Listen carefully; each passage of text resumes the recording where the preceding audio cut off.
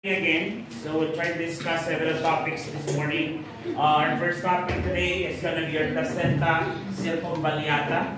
So this is another disorder or abnormality in your placenta, together with your filamentous insertion of the word, vasa previa, and your placenta succintoriata. Okay? So meron naman tayong bagong sakit, which is your placenta circumvallata. So yung placenta circumvallata, as you can see in the picture here, this is an actual placenta. Okay, a normal placenta should be just like round. But as you can see here, this placenta has a thickened edges. So that's basically your placenta circumvallata. There is thickening and rolling up of some of the edges that makes it thicker to see or to look at. Okay, so let's go with your definition. So we'll talk about your placenta circumvallata. So this is a thickened and rolled up margin of the placenta, as you have observed in the first picture earlier. So the thickened and rolled up margin of the placenta is observed wherein the fetal membranes do not extend properly over the edge of the placenta. Okay? So the fetal membranes do not extend properly over the edge of the placenta, and the placenta will become abnormal with an elevated margin, which can affect now the fetal development and increase the risk for possible complication. So the fold and the fold will now going to form a ring around the placenta and creating a raised edges, sometimes thickened border, as you have seen in the early pictures earlier. Okay? So makita mo yung edges natin, imbis na bilog lang, meron siyang thickened, okay, and folded area on the edges. So that is your concepts of your placenta circumvallata. Now, what is the diagnostic use for this condition? The diagnostic test used for this condition is the same thing pa rin. We use your ultrasound, and the ultrasound would reveal the following signs and symptoms: the thickened layer of the placenta, raised edges of the placenta, and fetal membranes appearing rolled up and folded over the circumference. Placental edges also becomes irregular and undulating. So yung nakita nyo kanina, hindi na siya round shape. So meron na siyang edges, okay? So the edges are already present. And as I mentioned, this can be found and diagnosed through the use of your ultrasound. Lagi kong sinasabi to, when they talk about pregnancy and talk about abnormalities, if you don't know the exact diagnostic test for the condition, always answer ultrasound. Because majority of the conditions on your fetal abnormality can be diagnosed or observed through your ultrasound. Now, what are the clinical manifestation? Okay, so these are some of the clinical manifestation that may be present on top of the findings of the ultrasound. There can be the probability of vaginal bleeding. Okay, so most women with placenta circumvallata do not possess, okay, or do not experience obvious symptoms. However, in some cases, some conditions are detectable through ultrasound and through physical examination. Your vaginal bleeding during this condition is due to what? Placental separation. Yung tinatawag nating abruptio placentae. Okay? So that could be the case. Another one is preterm labor. Early labor may be triggered by complications from the condition, and there would be a fetal growth restriction because of the compromised function of your placenta. So these are the things, okay? Again, most women does not possess, okay, symptoms. However, it can be associated with this following, okay, conditions. Then, yung po anong symptoms ng mga to, yun din po yung ating mga makikita. Like for example, for preterm labor, there is a true contraction before the full term, which is the end of 37 week to 42 weeks. For the fetal growth restriction, nakikita rin naman po ang timbang ni baby approximately through your ultrasound. So there is an obvious decrease in size or decrease in the level of the weight of the infant, okay, through your ultrasound. Now, this condition or your circumvallata will possibly lead into, kung ano yung mga symptoms natin kanina, preterm labor, fetal growth restriction, and placental abruption or abruptio placentae. So again, the preterm labor is because you have the abnormal functioning of your placenta. Your fetal growth restriction is because of the abnormal development of your placenta as well. So basically, there is insufficient oxygen and nutrients delivered to the fetus, causing now growth restriction.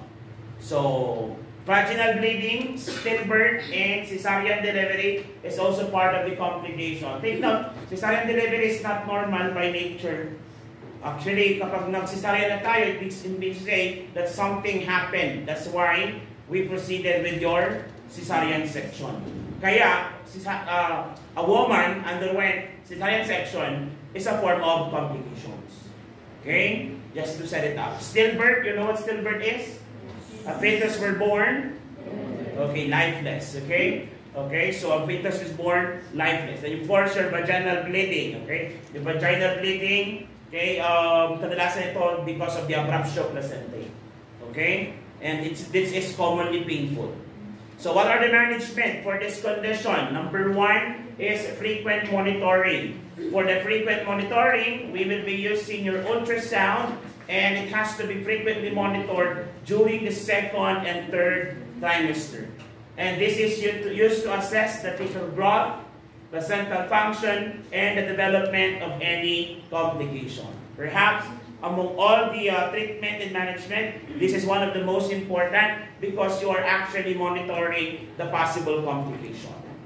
Another one is your fetal surveillance. For the fetal surveillance, we may use your non-stress test and your biophysical profiles to monitor the fetal well-being. So non-stress test, kung sabi non-stress test, kahiga lang si mother. And it will be monitored through the use of your CTG. You know CTG is? So this is basically a reading of the activity of the woman. It gives you an insight kung gaano kadalas yung contraction, the frequency of the contraction, and the interval of contractions. So paano ilalagay nyon?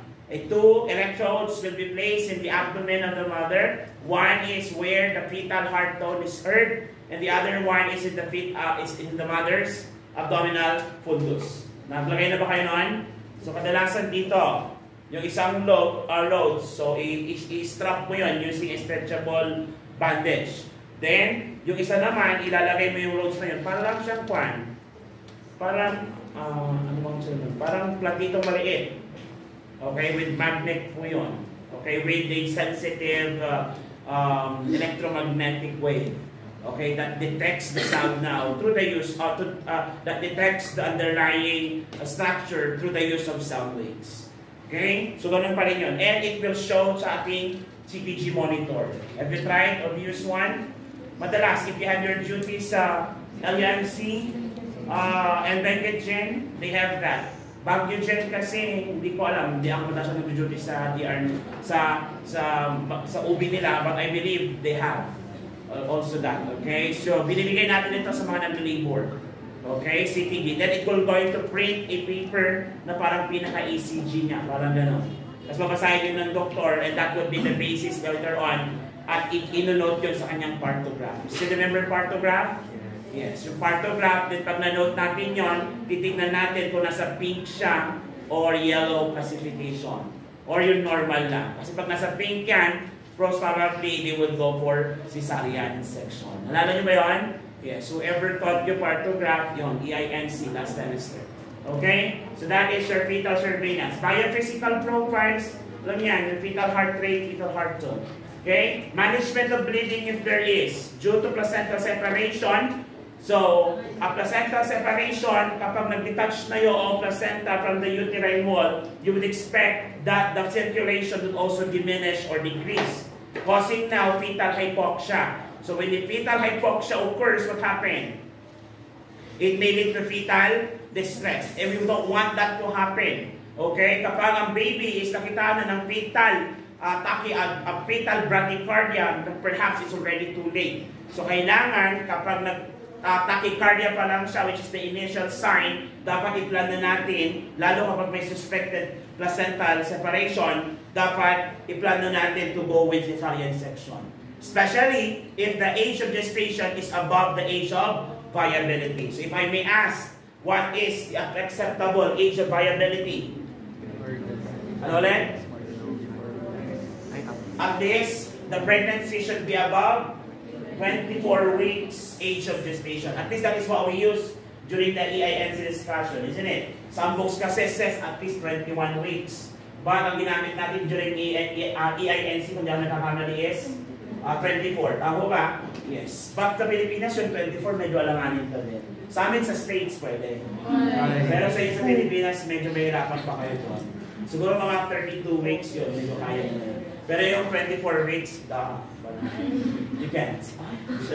Dinuli ang Pilipinas eh. Okay, and delivery planning. Of course, sabi ko nga, kapag may possible complication, the best course of action is to perform cesarean section. But don't take note of this. The best course of action is always cesarean section. However, we still go with normal, spontaneous delivery if it's possible. Okay, normal spontaneous delivery pa rin yun. Hindi yan CS. Because we always aim for that. Take note that the cesarean section is already a complication. Diyan tayo? Yes. Okay? So kung kaya pa rin siyang i-deliver, kahit gaano pa kalaki yan, i-deliver pa rin natin siya via normal spontaneous delivery. Because it possesses lesser risk compared to this one. And mas lesser risk na, aside from the laceration kasi sa abdomen, isipin mo pa yung effect ng anesthesia. Okay? Kaya nga pag nag-assist ka, di ba? Dapat ba flat on bed ng mga pasyente ng CS? Yes. Why? Because when they move, when they go up, they suddenly develop headache. Ang tawag sa komplikasyon na yon, spinal headache. Initial symptoms, nausea and vomiting. Kaya nga lagi mo na-assist yun. Pagkagaling sa OR, mother, flat on bed ka muna. Sasabihin namin sa iyo, pwede ka nang lumala. Okay, nakalagay naman yung sa order nito. Tama ba? Yes. Okay? And delivery planning, complications like preterm, abruption placenta, fetal distress, and CS is very much necessary. Again, based on the age of gestation. There are instances na kahit may abruption placenta, kung walang signs ng fetal distress, they would still continue with the pregnancy. At least i-delay nila for how many days and weeks. Bakit? What's the number one problem pag meron tayong preterm labor, which leads to preterm delivery?